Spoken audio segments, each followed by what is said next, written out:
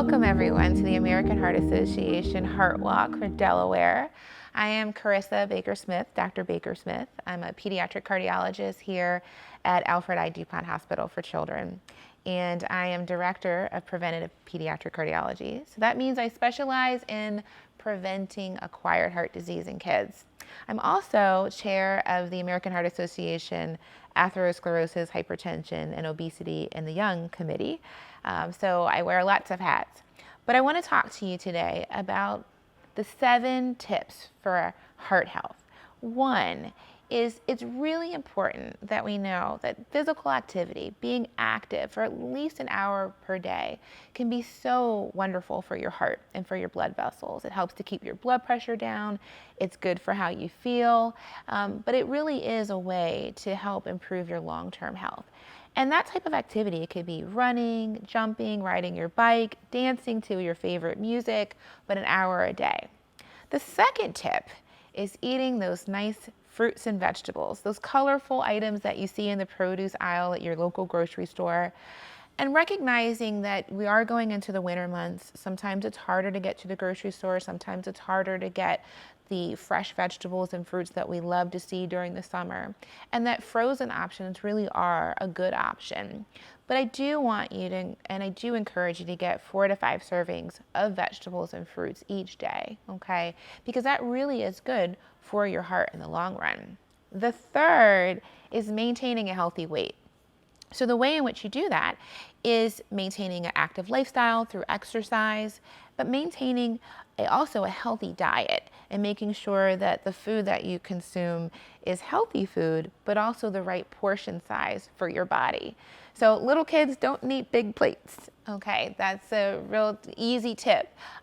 But if you're very active, if you swim or you're on sports teams, your energy expenditure is a lot greater than if you're less active. So recognizing that and making sure that you're staying within your target calories. And then the fourth is smoking and vaping. Never smoke. It's not good for you. It's not good for your blood vessels. It's not good for your heart health long term, and neither is vaping. And then there are 3 health factors that are so critical to maintaining a heart that's healthy, and that is maintaining normal blood pressure. Some of us, through no fault of our own, are at risk for high blood pressure, whether that's because of a genetic condition or because we had some sort of congenital abnormality of our heart or our kidneys that we were born with. But knowing your numbers, going to see your pediatrician or your primary doctor on a regular basis, making sure that that doctor checks your blood pressure appropriately. If it's high, they need to recheck it. And if it's really in an abnormal range, having you come in to see either a preventive cardiologist or a nephrologist is really critical because we can help kids manage their blood pressure. The second health factor is making sure that we know your cholesterol. So some people, about 1 in 200 of us, are born with familial high cholesterol, meaning through no fault of our own, we have high cholesterol levels that put us at risk for early heart disease. And then the third is making sure that we're screening for diabetes. Diabetes is a condition that can be inherited or acquired, but also puts people at risk for heart disease. So those are my 7 tips for maintaining a heart healthy lifestyle and for knowing your numbers to maintain your healthy heart. In terms of healthy eating on a budget, a lot of times we're all really busy.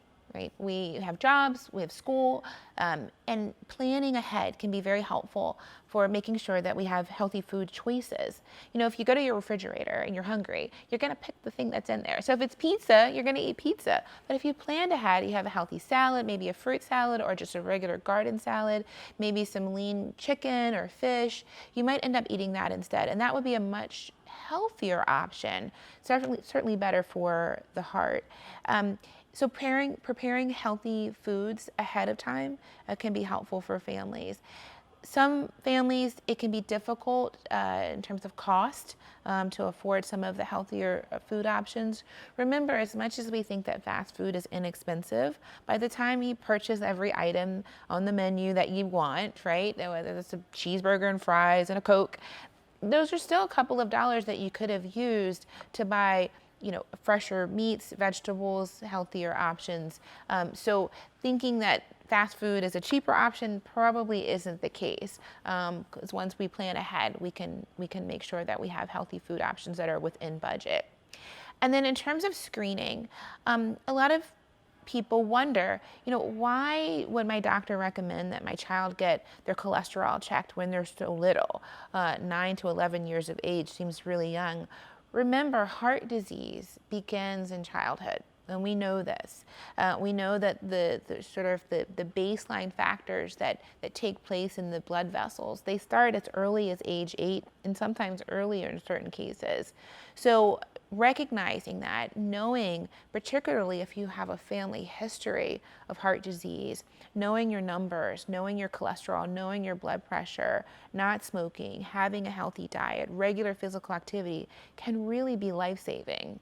And sometimes if we intervene early, it's the difference between being able to adopt a healthy lifestyle and having to take a medication. But certainly if your doctor feels it's necessary that your child needs to take a medication either to control blood pressure or to control their cholesterol levels, having that healthy discussion with the physician about your concerns is important as well. But they wouldn't recommend it unless your child absolutely needed it. So COVID-19, in terms of the limitations we have in terms of going to gyms or going out and participating in activities that we love, such as team sports, has really changed our lifestyle. I've definitely seen weight for height has gone up amongst a lot of kids, so their body mass index, their weight is going up, and that puts them at risk for other conditions like high cholesterol, like higher blood pressure. So we've had to be creative during COVID. I know personally for the kids that I see in the office, I give them ideas for online exercise programs that they can participate in.